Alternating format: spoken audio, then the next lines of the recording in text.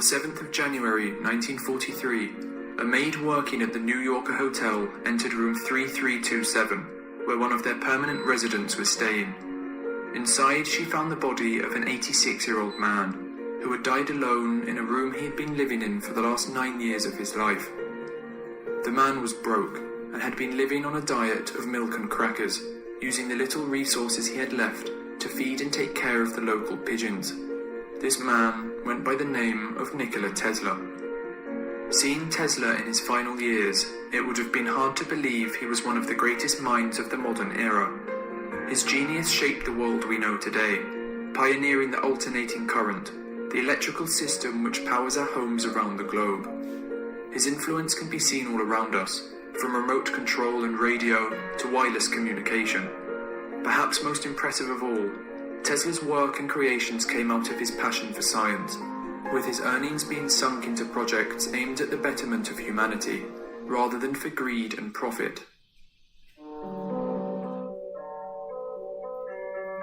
Tesla was born on the 10th of July 1856, in modern-day Croatia. His mother came from a line of inventors and had an incredible memory, being able to memorize the entirety of Serbian epic poems, and so she trained her son with exercises in memorization.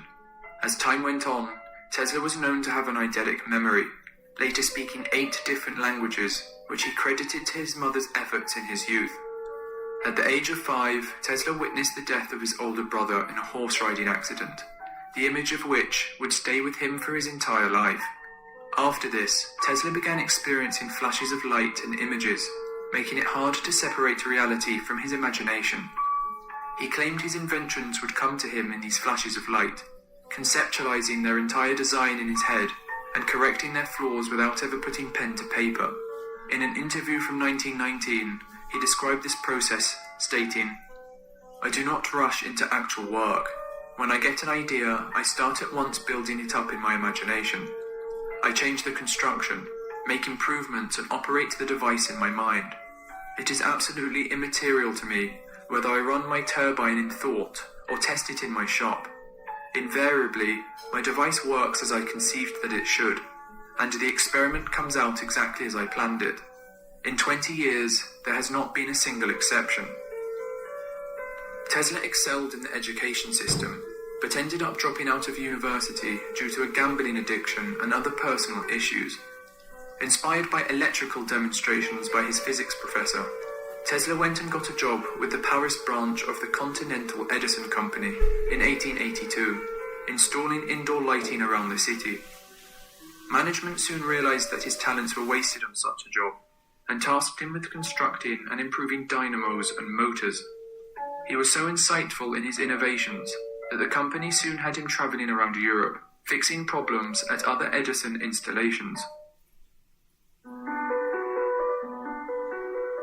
In 1884, at the age of 28, Tesla's manager offered him a job at Edison Machine Works in New York City, an offer he accepted. He soon moved to America, where he would spend a majority of his life, becoming a naturalized citizen 7 years later in 1891. He soon came into contact with company owner Thomas Edison, and the two initially got on, with Tesla describing Edison as an inspirational figure, and Edison stating to Tesla, "I have had many hard-working assistants, but you take the cake." This mutual admiration would not last long, however, with a lifelong rivalry soon developing. The main source of animosity between the two resulted from a disagreement about the type of current each man preferred. Edison's company owned the patents for DC, or direct current, a system where electric charge only flows in one direction. Tesla, however, was an advocate for alternating current, or AC, a system where the electric charge changes direction periodically. These changes in direction allow AC current to maintain power over longer distances. It is also possible to use devices called transformers to change the magnitude of AC voltage, allowing a current to travel at a high voltage and then be reduced to a lower voltage for safe use in homes. Tesla tried explaining the benefits of alternating current to Edison, but Edison wouldn't listen, as it could ruin the sales for direct current, to which he owned all the patents. Edison then offered Tesla a large bonus of $50,000 if he redesigned 24 of his obsolete machines. Upon completion, Edison refused to pay and revealed that the task had been a practical joke, saying, "Tesla, you don't understand our American humor." Tesla resigned after 6 months at the company and set out on his own. He wanted to change the world, and he knew he could.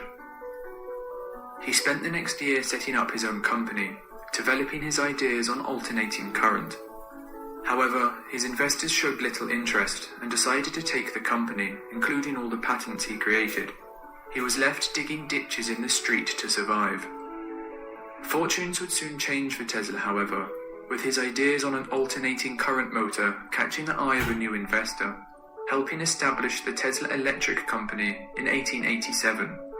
He then designed a motor which was much cheaper and easier to maintain than the ones using a direct current.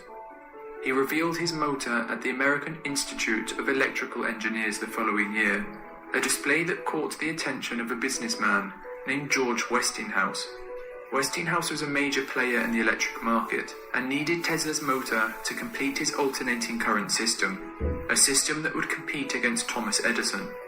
Westinghouse bought the motor and hired Tesla as a consultant for the equivalent of $55,000 a month, along with royalties for each horsepower produced by his motors.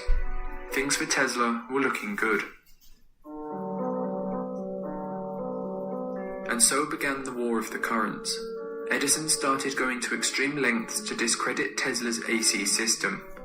He began paying school children 25 cents to bring him household pets, where he would set up a public stage and electrocute the animals in an attempt to show the public that Tesla's AC system was not safe. Over time, electrocutions increased in scale, with a horse eventually being executed in public. Edison continued executing animals many years after the War of the Currents had concluded, with the Edison Film Company producing a short film in 1903 titled Electrocuting an Elephant. The film showed the electrocution of Topsy, a former circus elephant who was killed when 6,600 volts were shot through her body. Despite the negative press generated by Edison, Tesla and Westinghouse continued to develop their alternating current system. The opportunity to show that alternating current was both safe and viable for large-scale use came at the World's Columbian Exposition, hosted in Chicago in 1893.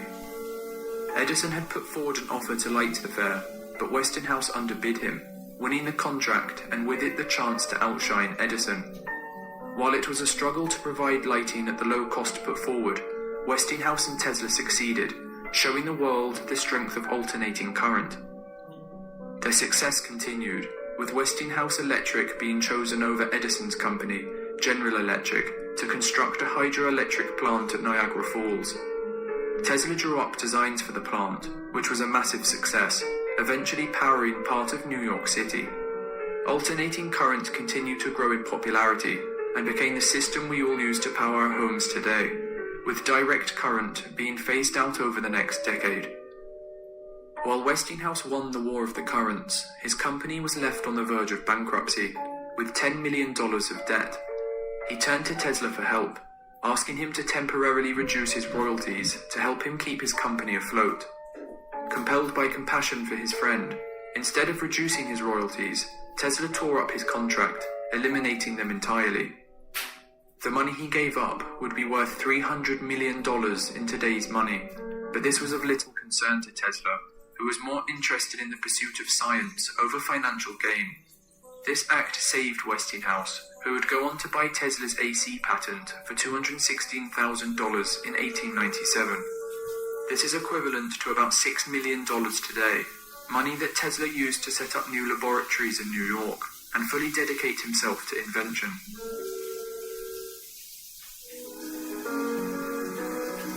Tesla had become an international figure, with his laboratories frequently visited by the rich and powerful, including his close friend and father of American literature, Mark Twain. Tesla's inventions were numerous, with him amassing almost 300 patents in his career. He created an early version of neon lighting, a highly efficient bladeless turbine for automobiles, and was the pioneer in X-ray technology, being one of the first to warn of its dangers to humans. One of his most famous inventions was his renowned Tesla coil, a device capable of producing large amounts of high-voltage electricity. A standout invention was a remote-controlled boat displayed at Madison Square Garden in 1898. This boat was such an amazing advance in wireless technology and so ahead of its time that the audience initially thought he was using magic or telepathy to make it move. There were even claims that there was a monkey hidden inside the boat who was trained to operate it.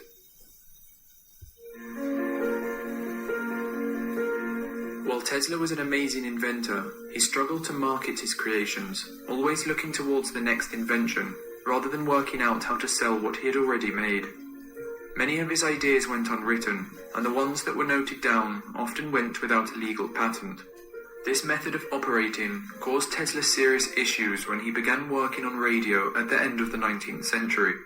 He came up with the idea of radio in 1892, and was soon ready to transmit a signal to a location 50 miles away.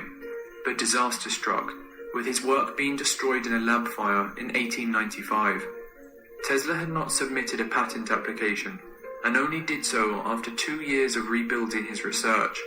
At the same time, an Italian inventor named Marconi had also been working on radio, establishing patent rights in England, but when he tried to acquire them in the United States, he was turned down as his ideas were deemed too similar to Tesla's.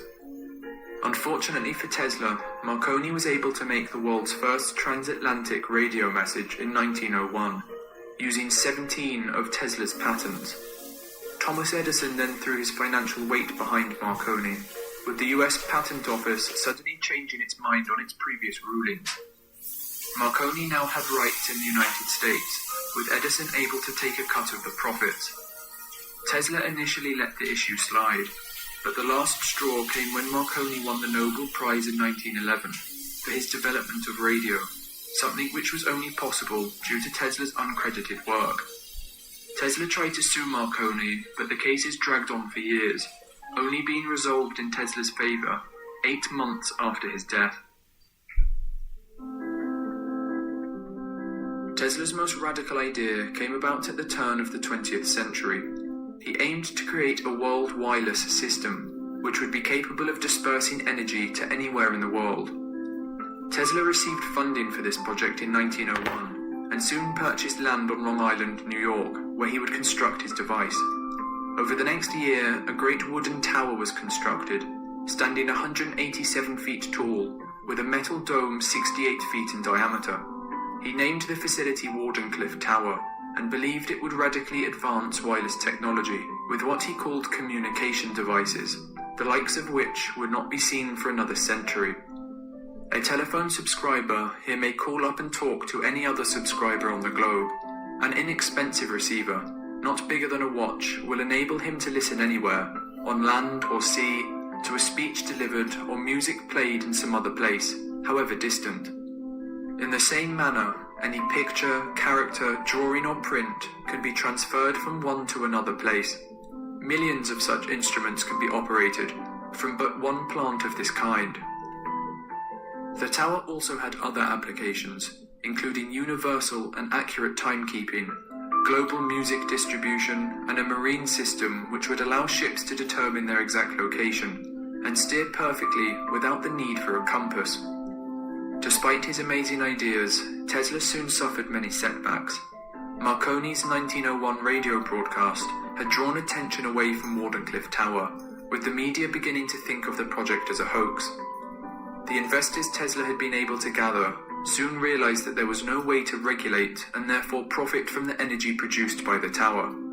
This led many investors to back out, leaving Tesla, who was now in his 50s, in financial ruin. Tesla struggled on for over a decade, trying to complete his plans in vain. He then had a nervous breakdown, and his debt reached so high he lost Wardenclyffe to foreclosure in 1915. The land soon passed to another owner, who destroyed the tower to make space for real estate. Tesla was now bankrupt, and his mental health started to significantly decline. He began living in a string of hotels, and started caring for pigeons, taking time every day to feed and care for them. In his late 70s, he ended up at the New Yorker Hotel, where he would stay for the rest of his life.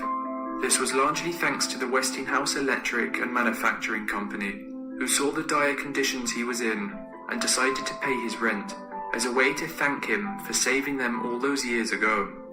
Tesla went on to live until the age of 86, dying in his hotel room on the 7th of January 1943. Nikola Tesla was a man ahead of his time. His advancements in electricity were radical, helping to usher in the modern age, with his influence seen in anything from X-rays to remote control. His world wireless system had the potential to advance technology by nearly a century, while also providing free energy to the globe. Unlike so many of his era, Tesla did not work for financial gain, instead working to advance humanity. Perhaps it is not surprising that a man so far ahead of his time has only found his place in the 21st century, an age shaped by his technological brilliance.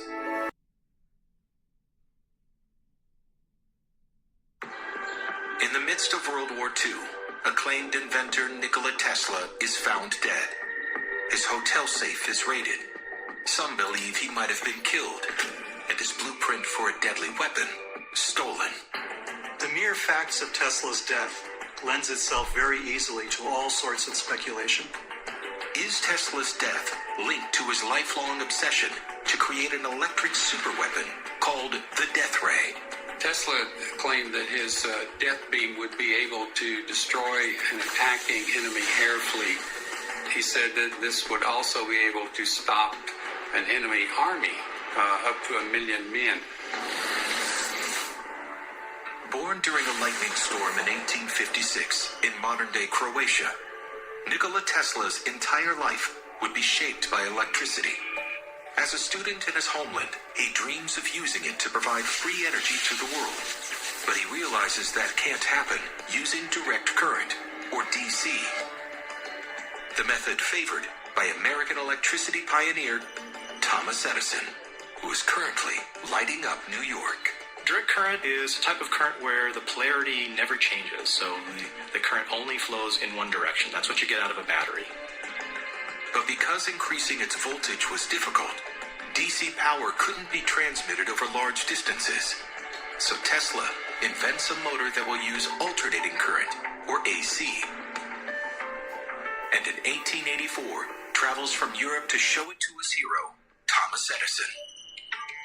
An alternating current allows us to change a voltage from one value to a much higher value. So we can use thin wires, which makes it economical to transmit power over very, very large distances. But Edison is committed to his own DC system and dismisses Tesla's proposal. With this rejection, a lifelong rivalry begins. Tesla seeks out a different benefactor and finds Edison's competitor, George Westinghouse. With his backing, in 1888, Tesla unveils his induction AC motor, further fueling the bitter conflict between Edison and Tesla, which became known as the War of the Currents. Edison begins a dramatic smear campaign to paint AC power as a dangerous option. Things like do demos where they would use alternating current to electrocute animals. They made sure that when New York State built the first electric chair, that it was with a Westinghouse electric motor. And look how dangerous this is. For 5 years, America's electrical giants are locked in battle. The War of the Currents reaches its climax in 1893, when Tesla successfully uses his AC system to light up the World's Fair in Chicago. It was something fantastic. People couldn't understand where this current is coming, how it's happened. It was magical. Tesla and Westinghouse are hailed as heroes, while Edison is humbled. Next, they win an enormous contract to build the world's first large-scale hydroelectric power plant in Niagara Falls. Here was a technology that was going to revolutionize people's daily lives. The project cements AC as America's chosen power system. The main reason why alternating current beat out direct current is simply that it was more efficient and much more economical.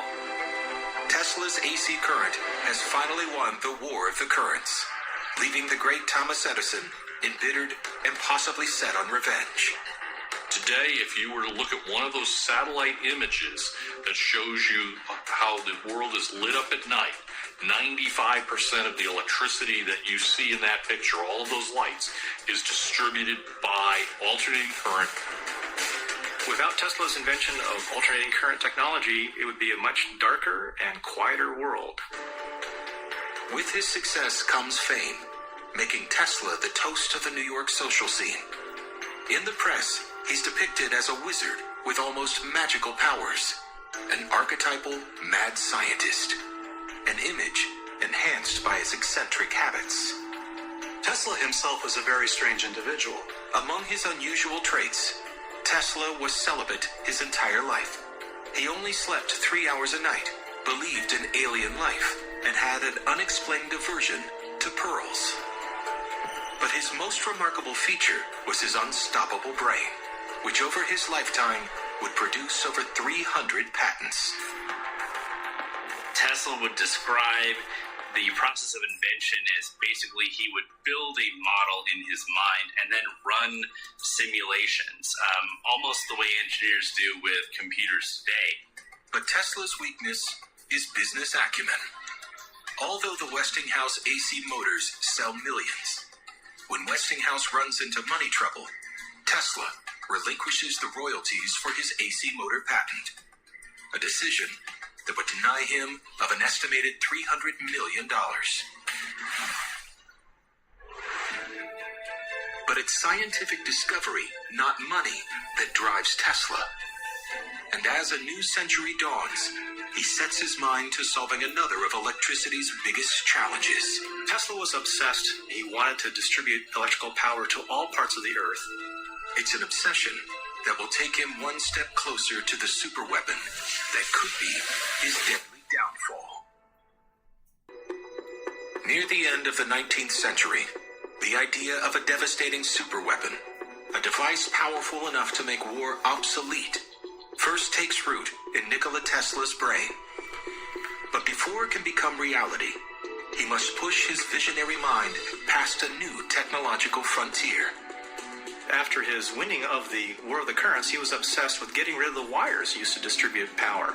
It's an idea that Tesla brings to his New York workshop, and in 1891 takes form in his most spectacular invention, the Tesla coil. Using what's known as resonance, the coil amplifies low voltages into massive voltages.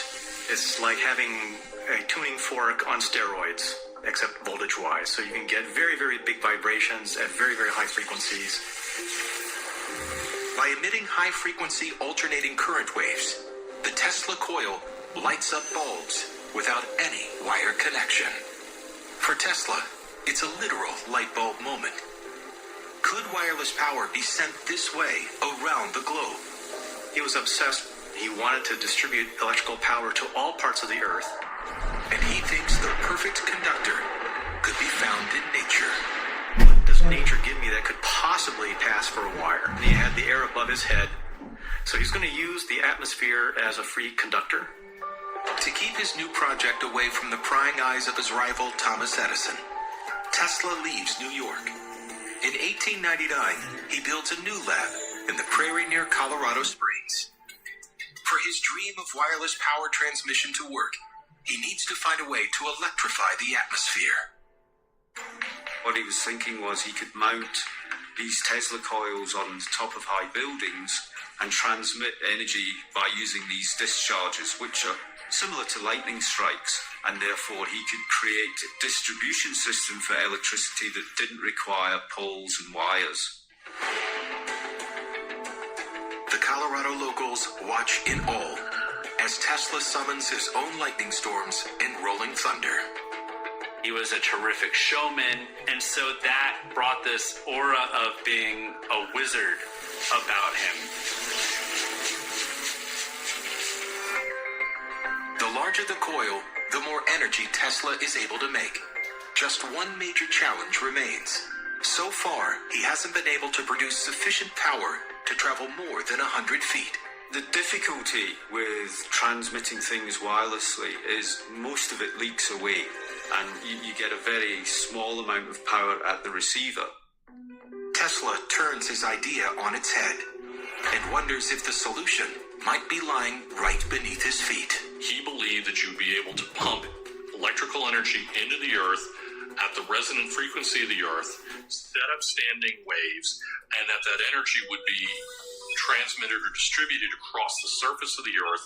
They would then travel through the earth's crust to locations where people would basically put a wire or drive a pipe into the ground, and you would get your electricity or your messages from that pipe or that wire. But before he can turn this vision into reality, Tesla's eclectic brain is distracted by a new challenge in the newly discovered field of radio waves. He realized that radio could be used for communicating human to machine. 3 decades before the death ray, he comes up with a concept that will later change the face of warfare. A model boat controlled remotely. How Tesla's system worked for remote control of the boat was, imagine 2 radio receivers, one tuned to channel A and one tuned to channel B. A signal appears in channel A, says, rudder, you do this, and signal in channel B says, rudder, you do that other thing. So you could see how you could extend this to control lots of bits and pieces necessary to control a boat's motion. Tesla's idea for a remote-controlled boat came from his interest in automatons and his interest in building what we now call robots, but he built that remote control boat 2 decades before the word robot was even coined. The remote-controlled boat is Tesla's first step into the deadly field of military tech. And it won't be his last. He was working on radio-controlled torpedoes, robot ships, all sorts of things. He dreams up weapons, vehicles, even robotic soldiers that can be controlled from a distance. But his vision is too far ahead of its time to gain traction. The U.S. Navy was not interested.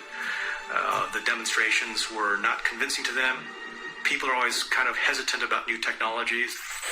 Tesla's concept of remote-controlled weapons only becomes military reality many decades after his death. Conceptually, the idea of a boat or remote-controlled device that could be used in a defensive way without putting soldiers in harm's way comes from Tesla. That, of course, is the grandfather of today's drone technology. Ironically, Tesla's drive to create horrifying superweapons is his pacifism. An early supporter of the deterrent theory, he wants to create weapons so destructive that war becomes pointless. The idea was so-called teleforce rays that could bring down airplanes from thousands of miles away.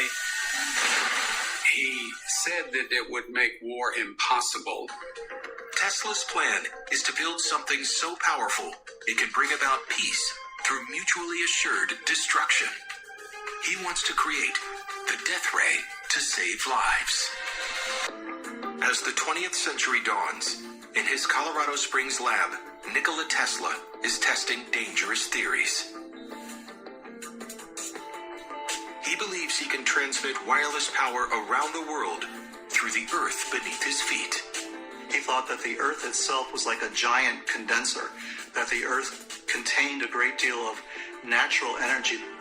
Tesla was convinced that if he could tap the resonance energy of the earth, that he would be able to create waves that would, in theory, never dissipate. Using an ultra-sensitive electrical receiver, he makes a stunning discovery. While Tesla was in Colorado Springs, he had basically hooked up a receiver to see what kind of currents were passing through the earth. And one night he realized that he was not only getting currents through the earth, but he was also getting a consistent signal. First 1 beep, then 2 beeps, and 3 beeps as he listened on a telephone receiver. Surprisingly, Tesla claims the source must be extraterrestrial, possibly coming from Mars. The public was fascinated by this account because it made the headlines in major newspapers around the world that somehow Tesla was in communication with outer space. The public loved it.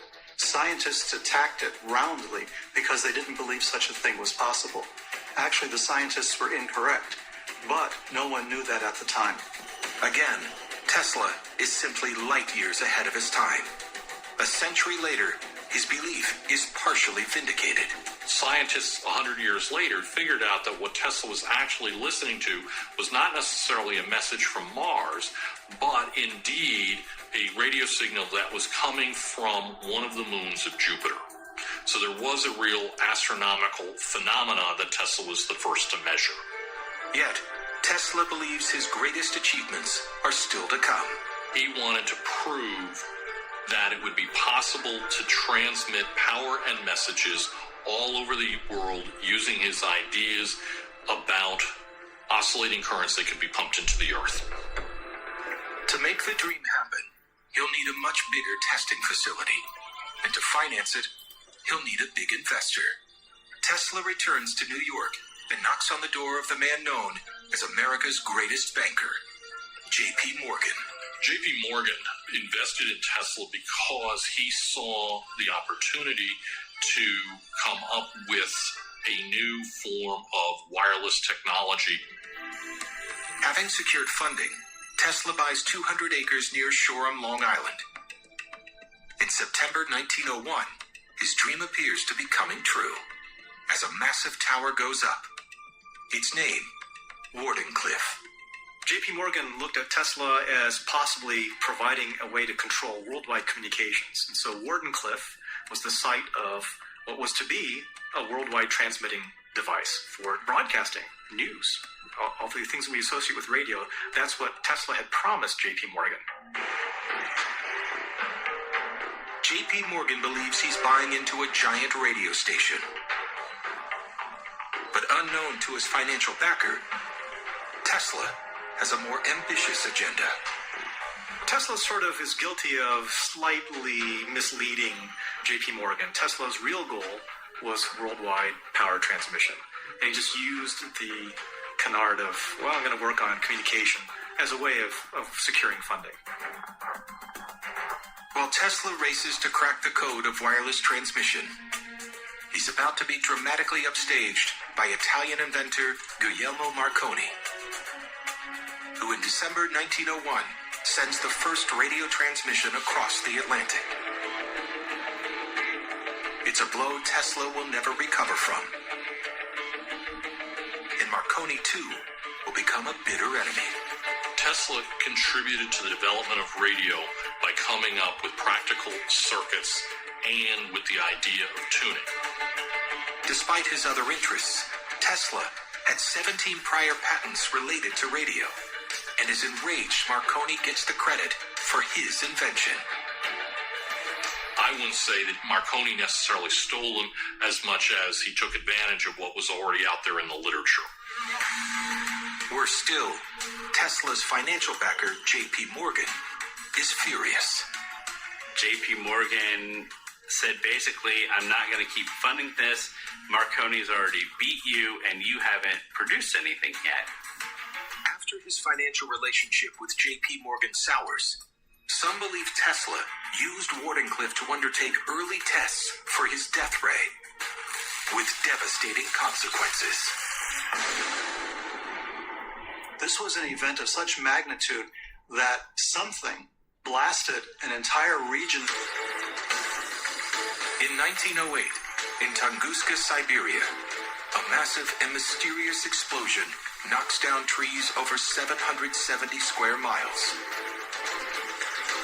Some suggest a comet crash, but there's no crater. Others point the finger of blame at Nikola Tesla.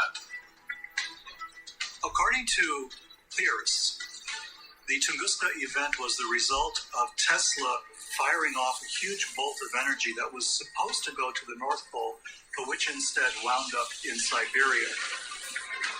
It's a theory modern scientists are quick to dismiss. It's definitely not possible for Wardenclyffe Tower to created enough energy to cause the devastation of the magnitude that we saw in Tunguska. With the money gone, Tesla can't continue his research at Wardenclyffe. His dream of achieving wireless power is in tatters.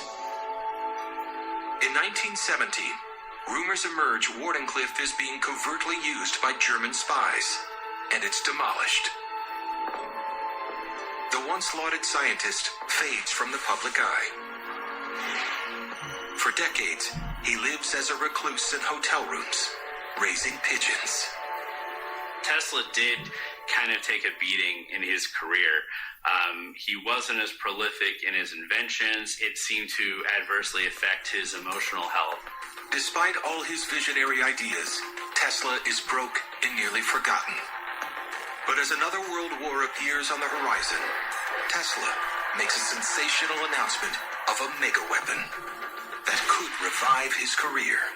Tesla was a visionary. He was imagining a sufficiently superior technology that it was basically going to negate the existence of existing military technologies. Tesla believes his death ray invention will change the course of history.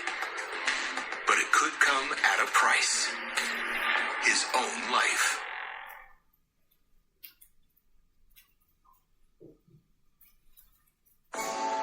By the 1930s, a series of setbacks has turned visionary scientist Nikola Tesla into a virtual recluse. Disputes with Thomas Edison, J.P. Morgan, and Guglielmo Marconi have left him bitter and nearly destitute. But now, with war on the horizon, a public announcement throws him back in the spotlight. In newspapers across America, Tesla claims he has invented an energy weapon of awesome power. In 1934, Tesla claimed that his death beam would be able to destroy attacking enemy aircraft and wipe out an army of 1 million men. Tesla himself was intentionally ambiguous in describing his invention. He didn't want to describe it in too much detail for fear that someone else would then basically steal his invention. The details he does provide, and the only drawing of it ever uncovered, suggests that the weapon was a type of particle beam. So you can think of the basic particle beam weapon as essentially equivalent to a rifle, but instead of lead bullets, you have small ions, but you accelerate them to very high energies. Those particles could be traveling at about 36,000 miles per hour, many times faster than a speeding bullet, generating enough heat to just go right through a plane and knock it out of the sky. The particle beams could be arranged to form a defensive shield. You'd have a whole series of towers, and the projecting beams would either kill the pilot or disable the engines. That was his vision, again, to make war impractical to wage. While some scientists claim the invention is impossible, Tesla's adamant it will work and offers an early design for it to the highest bidder. Tesla certainly wasn't shy about it. He talked about it in interviews. He announced it in the papers as a way of generating publicity and interest because he wanted funding for his idea. Tesla's sale of preliminary death ray plans to the Soviets in 1935 is well documented. But it's believed these were early designs and did not include enough detail to make a working death ray. But new evidence shows at the same time, Tesla had close contact with a Nazi agent. German-American writer George Viereck would later be convicted of being on Hitler's payroll. George Sylvester Viereck was a very devoted German first, and then later, as World War II began to develop, he was a devoted Nazi agent as well. We know that Tesla and Viereck discussed Tesla's weapons systems and everything Tesla was working on. Viereck was working for the Nazis all during that period. Did that information go to the Third Reich? With the possibility that the Soviets and the Nazis have prototype death ray plans, Tesla doesn't speak of it again until the middle of World War II, when he offers it to the U.S. military. But within days of making contact, he's found dead in the Hotel New Yorker. Ever since, there have been rumors that his death was a result of foul play. To those who believe he was murdered, there are three main suspects. The Soviets, who might have killed Tesla to stop him selling the plans to a rival power, or to get their hands on more complete plans. The Nazis, who had been tipped off about the death ray through Tesla's friend George Viereck. Or the United States, which may have eliminated Tesla because he sold dangerous weapon plans to their enemies. Any papers that even had research related to the death ray at this point in history would be extremely valuable to any superpower around the world. According to some, valuable enough to kill for. Key to the Soviet theory is Tesla's own nephew, suspected communist Sava Kasanovich, who raids Tesla's hotel safe, providing another possible route for complete death ray plans to get to America's enemies. If the details for a particle beam weapon are taken control of and held by Kasanovich, then Kasanovich could turn around and give the papers to the Soviets. He could give the papers to the Nazis. He could give the papers to some other group in Europe that was going to emerge as a major power at the end of World War II. But there's another theory about the safe-cracking raid that points back to America. It revolves around a mysterious hotel worker called Fitzgerald, who was also on the scene. The worker has the same name as one of Tesla's associates, Blois Fitzgerald.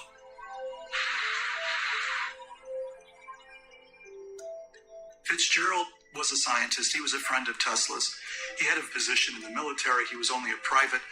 There was also a Fitzgerald present when the safe was opened, who was supposed to be hotel staff. It's quite possible that this Fitzgerald is the same as the other Fitzgerald. They're one and the same person. Could Fitzgerald have stolen Tesla's death ray plans for the American military? Later, he became involved in developing particle beam weapons research, as well as some of the other weapon systems that Tesla had devised. When the FBI and Office of Alien Property arrived to confiscate Tesla's documents, they may be too late. Hoover's instructions at the time of Tesla's death would have been to go and to get all of the research that he was currently engaged in to figure out what was actually in those documents. So what happened to the 200,000 Tesla documents U.S. agents seized? They send in John G. Trump, a physicist from MIT, and a team of people from Naval Intelligence. Professor John Trump spends 2 days examining 80 boxes of papers. But it seems the working plans for the death ray, if they ever existed, are gone. It seems that Mr. Trump's investigation was very short. He said, my conviction is that there is nothing serious inside. Navy personnel secretly document Tesla's papers on microfilm, but mysteriously, it later goes missing. If you look at the records that were released under the Freedom of Information Act in the 1980s, the FBI says, yes, the Navy had a set of secret papers that were microfilmed, and that microfilm has never, ever surfaced. And nobody knows whatever became of that microfilm. I believe the papers that are still missing may contain the key to how that death ray could have been built and employed.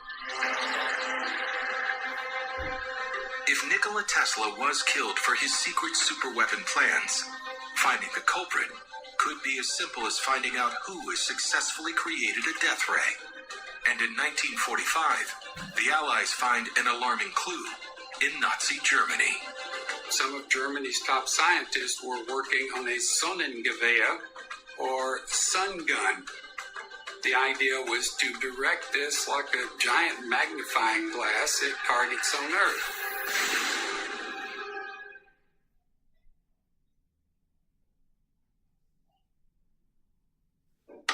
Near the end of World War II, rumors leaked to the Allies that Nazi Germany has weaponized a beam of deadly energy.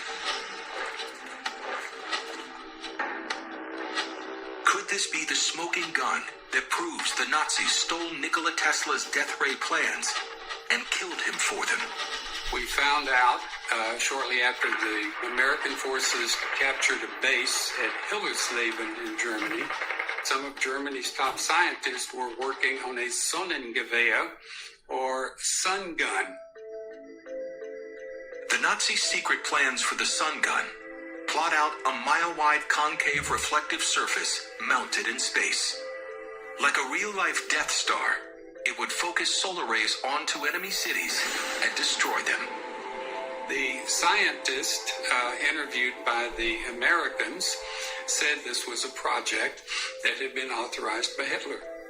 While it appears ambitious and destructive, the proposed Nazi weapon bears little resemblance to Tesla's death ray. What about the Soviets? They secretly bought Tesla's early concepts for the death ray in 1935 and may have wanted Tesla dead to prevent him from sharing the designs with their rivals, or so they could steal more complete plans. For decades, American intelligence suspects the Soviet Union are making a death ray, and at the height of the Cold War, they think they find proof.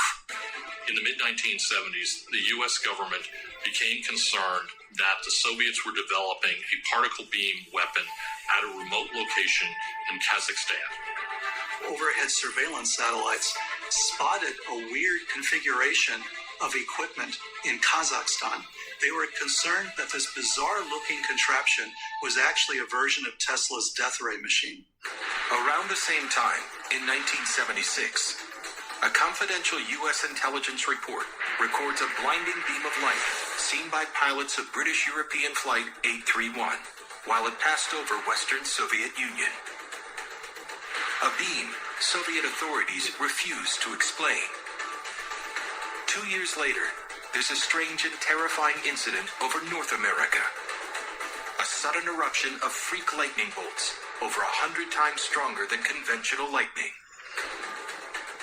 They're dubbed superbolts. In the 1970s, there was a superbolt that took place over Bell Island in Newfoundland, Canada. It was so devastating that people thought it had to be a super weapon of some kind. They put things together, and very high up individuals in the government believed that the superbolts over Bell Island in Newfoundland, as well as that facility in Kazakhstan, was all evidence of the fact that the Soviets were going full tilt on developing Tesla's particle beam weapon. But it turns out the strange facility in Kazakhstan is actually a test site for a nuclear thermal spacecraft, not a particle beam weapon. That doesn't mean the Soviets never tried to build the death ray. It just means that no one has been able to prove it. Since Tesla's death, there has been a lot of speculation that Tesla's discoveries are being used or concealed by governments around the world today. Those governments include the United States. Documents prove the U.S. military has been involved in secret particle beam research for decades. Research that could have been triggered by paper stolen from Tesla's hotel room in 1943. The Americans worked on particle beam weapons in order to shoot down nuclear missiles beginning in the 1970s into the 1980s. And it ultimately became the genesis of the idea for what Ronald Reagan called the Strategic Defense Initiative, or Old Star Wars. Today, there's a great deal of work on directed energy weapons, and it involves billions and billions of dollars. It involves lasers, particle beam weapons, a variety of different types of directed energy technology. America, Nazi Germany, the Soviet Union, all had a motive to obtain plans for the death ray, and even perhaps to kill Nikola Tesla for them. Questions still remain over the actions of his own nephew. But proof of foul play in Tesla's death remains elusive. And the great irony is, as world powers fought over his superweapon, all the great inventor wanted was to create peace. What Tesla was trying to do was make war obsolete. He was a mad scientist but at the same time someone who was very concerned about the future of the human race and wanted his inventions used only to promote peace around the world.